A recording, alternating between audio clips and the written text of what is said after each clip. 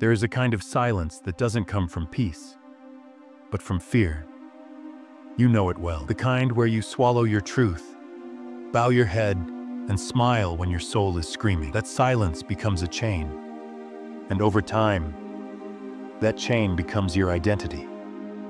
But what if I told you that your fear of conflict is the very prison keeping you from liberation? I am not a man.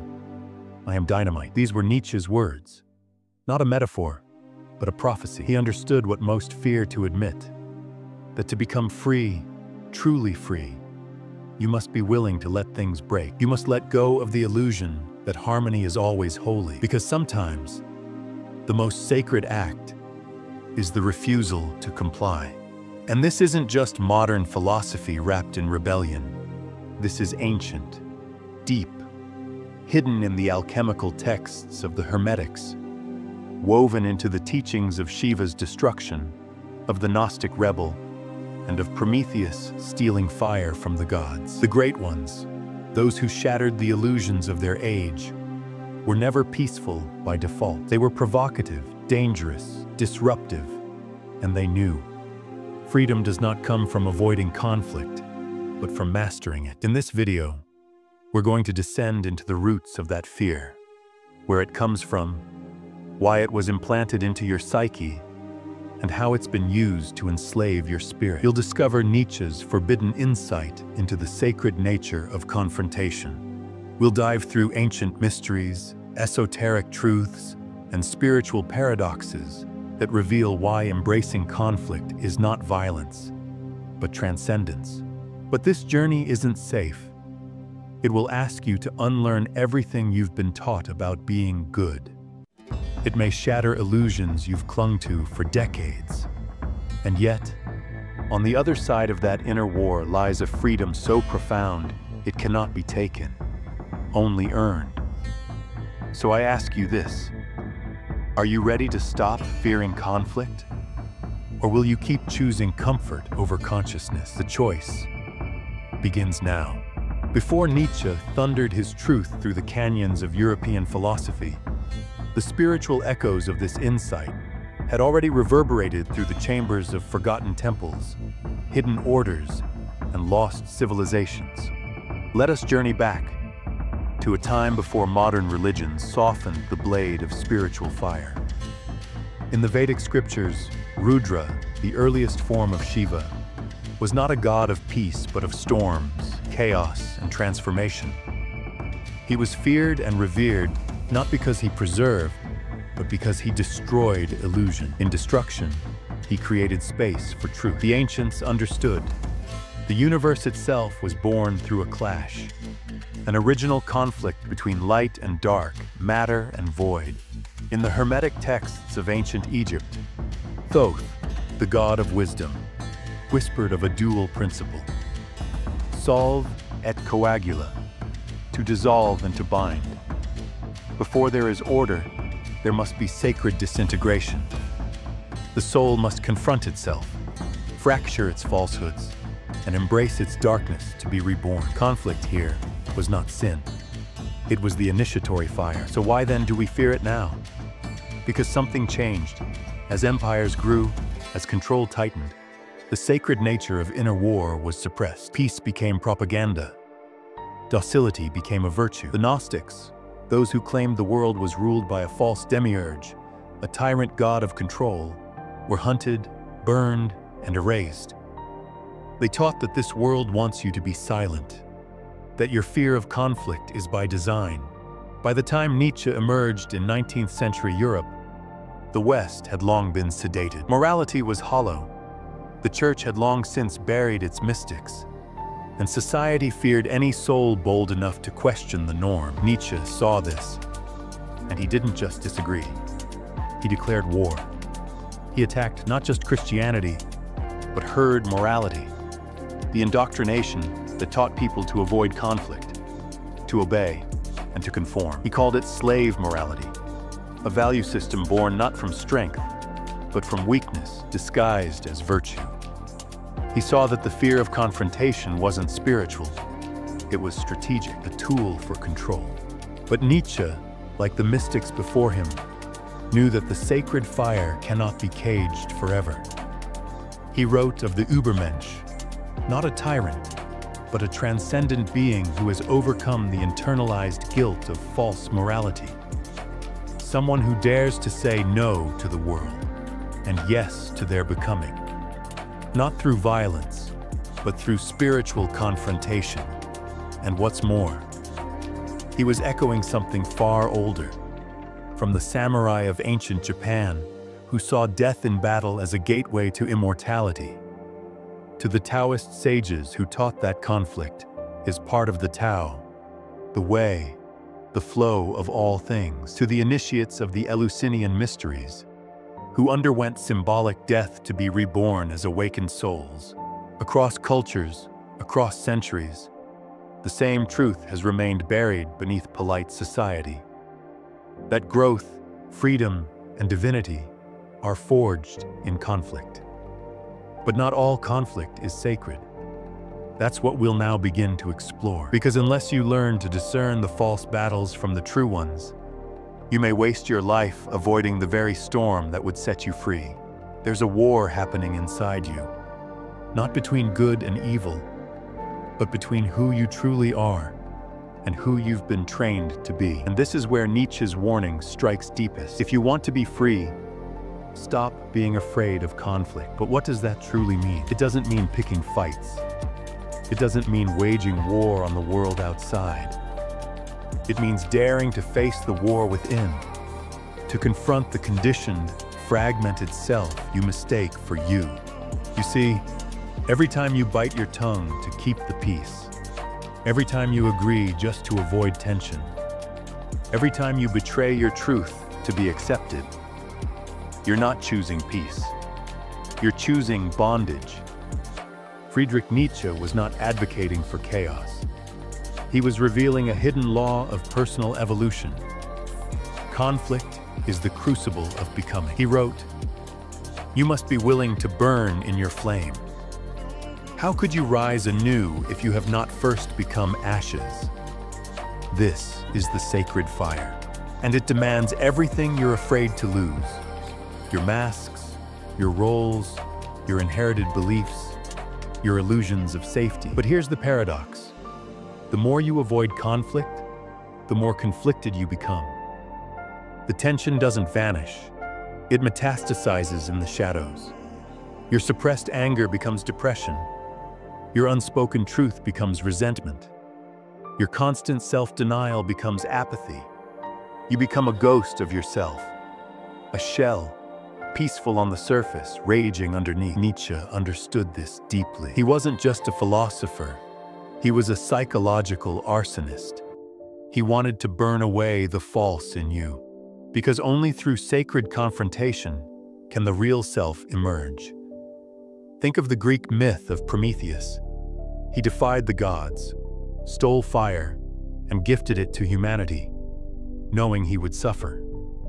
He chose divine rebellion over silent obedience, not because he hated the gods, but because he loved the potential buried in man.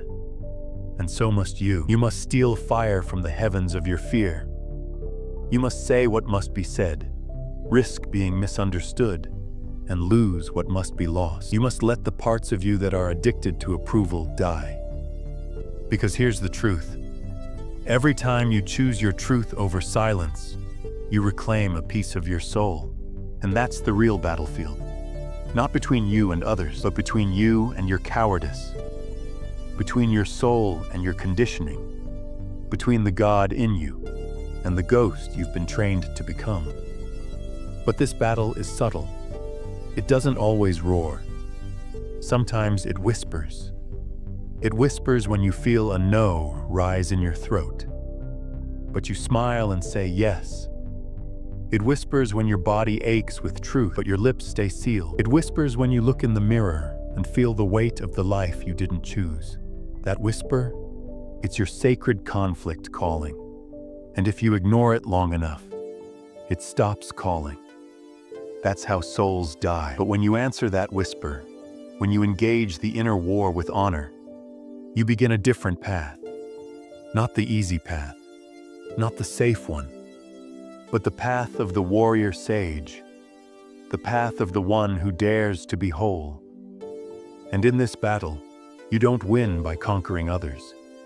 You win by integrating your fragments, by uniting the pieces of yourself that have been at war, by no longer fearing the fire, because you've become it. Let's go deeper, because conflict, true conflict, is not about screaming matches or external battles. It's about alignment, about refusing to let the noise of the world drown out the symphony of your soul. And Nietzsche knew this. His entire philosophy was an act of rebellion, not against society alone, but against the smallness we accept as identity. He wrote, "The individual has always had to struggle to keep from being overwhelmed by the tribe. But why?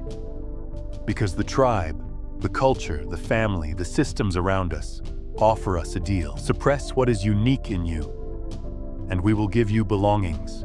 It sounds fair, until your silence becomes self-hatred, until your belonging feels like a prison cell, until your smile becomes a disguise. You were not born to live anesthetized. You were born to become, and becoming, true becoming, requires friction. Just as the sword must meet the stone, just as the lotus must rise through the mud, just as the soul must resist the world long enough to remember it is not the world. But here's the secret Nietzsche buried in metaphor. Every spiritual transformation is a confrontation with your past, with your patterns, with the parts of yourself you swore you'd never face. And this is where the ancient mystics and Nietzsche align. In Hermeticism, the principle is known: as within, so without. If there is conflict on the outside, it mirrors the fracture on the inside, not as punishment, but as an invitation. Every confrontation in the outer world is a mirror, a test, a call. In Taoism, conflict is not feared, it is balanced. The yin and yang are not enemies, they are dancers, locked in eternal interplay, each needing the other to exist. To fear conflict is to fear the dance of creation itself. Even in the esoteric Christian tradition, Christ did not avoid conflict. He turned over tables. He spoke against corrupt temples. He chose truth over comfort, knowing it would lead to crucifixion. Why? Because freedom isn't found in passivity. It's forged in the sacred fire of inner rebellion. But here's where it gets dangerous. Modern culture has taught you to equate peace with avoidance, to equate conflict with harm. But when used consciously, conflict is a scalpel, not a sword. When you avoid conflict, you don't become peaceful. You become passive, domesticated, contorted into someone who no longer recognizes their voice. You start calling your self-sacrifice kindness. You call your silence compassion. You call your fear being spiritual.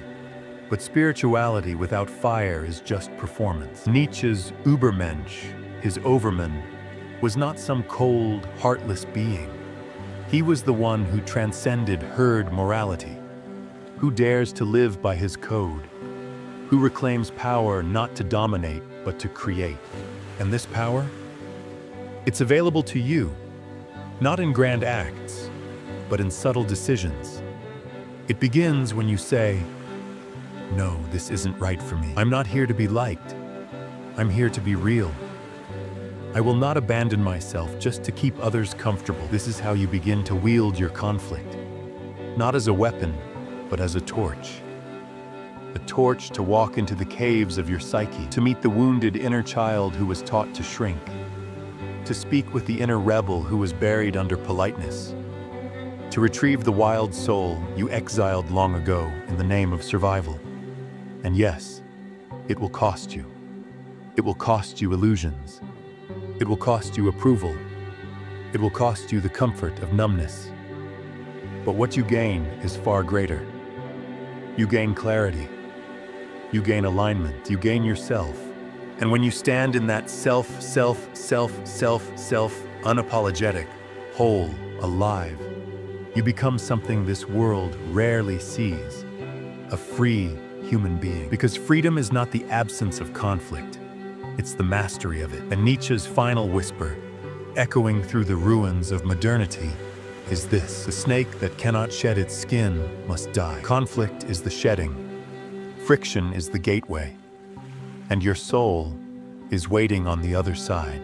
Now that we've explored the depths, let us return to the surface, not unchanged, but transformed, because knowledge means little without embodiment. Spiritual philosophy means nothing unless it is applied to your daily life. So how do you walk the path Nietzsche hinted at? How do you stop fearing conflict? Not with brute aggression, but with sacred confidence. You begin by retraining your nervous system to recognize conflict, not as danger, but as opportunity. Here are 5 practical steps to integrate this ancient wisdom into your life. 1. Reframe conflict as initiation. Every confrontation, internal or external, is an initiation ritual. It is not an obstacle, but a gateway. Each time you are challenged, disrespected, triggered, or forced to choose between authenticity and comfort, you are being invited into your power. Start asking, what is this situation trying to awaken in me? What fear is being exposed? What part of me is being asked to rise? See the event as a mirror, reflecting a part of your psyche still ruled by fear. 2. Practice the art of conscious confrontation. Conflict does not mean chaos. It can be sacred, controlled, precise. Start with your voice. Say what you mean, even if your voice shakes. Speak your truth, not to dominate, but to reveal. Use I statements. I feel, I need, I won't tolerate. You are not here to be agreeable. You are here to be true. And when spoken with integrity, even a confrontation can become a healing. 3. Shadow journaling. Before reacting outwardly, turn inward. Write down the situation causing tension. Then ask, what am I afraid will happen if I speak up? Where did I learn that it's not safe to challenge others? What childhood wound might this be touching? Conflict often pokes at unresolved pain. If you can face that pain consciously, the external conflict loses its grip. 4. Embody your boundaries. Nietzsche said, "He who cannot command himself shall obey." Your energy field, your aura, is only as strong as your boundaries. Set them clearly.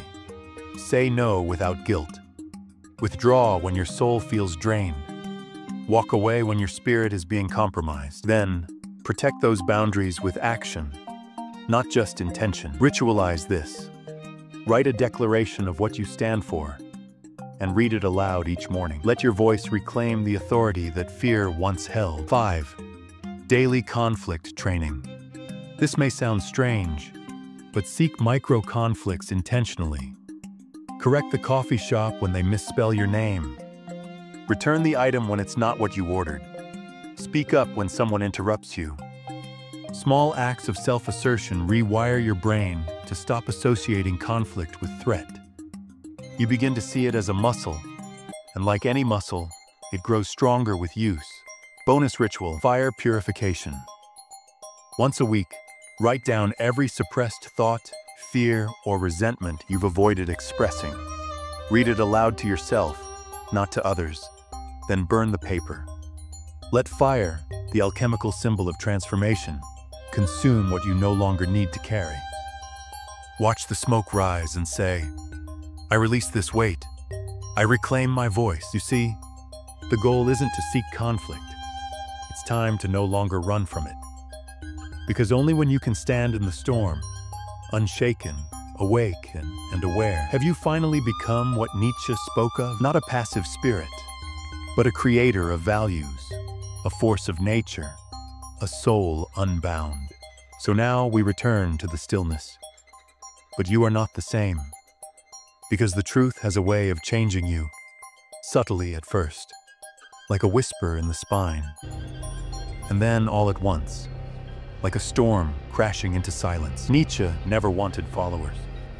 He wanted fire starters, men and women who would look into the face of fear not to destroy it, but to become what it was guarding. Conflict was never your enemy. It was your teacher in disguise, a sacred forge, meant to burn away illusion and reveal the iron beneath your skin. Every time you run from confrontation, you abandon a piece of your soul. But every time you stand still, when the ground shakes, when voices rise, when shadows loom, you reclaim what was once lost: your voice, your strength, and your sovereignty. This is the path of the awakened one, not one of peace at all costs, but peace that is earned through clarity, courage, and conscious force. The warrior sage does not seek war, but he is not afraid of the fires of war within, because he knows to fear conflict is to fear transformation. To avoid confrontation is to prevent initiation, and to deny your inner storm is to stay a slave to silence. So ask yourself right now, what conversation are you avoiding? What truth are you still afraid to speak? What boundary are you still allowing to be crossed because you fear the cost of standing tall? Let that question burn. Let it follow you like a shadow in the mind. Because one day, you will turn to face it, and in that moment, you'll realize the fear was never real. Only the awakening was. If this message struck something deep in you, then maybe it's time to live a little louder, a little bolder, a little more on fire. Speak, act, confront, and above all, do not apologize for being fully awake, because that's what freedom is, and no one else can give it to you. But if you claim it, the universe will move. If you felt the truth in this video, share it. Let it ripple into ready minds. Comment below, what fear are you ready to face? And subscribe for more ancient wisdom in modern language. Until next time, stay sovereign, stay wild, and never fear the flame.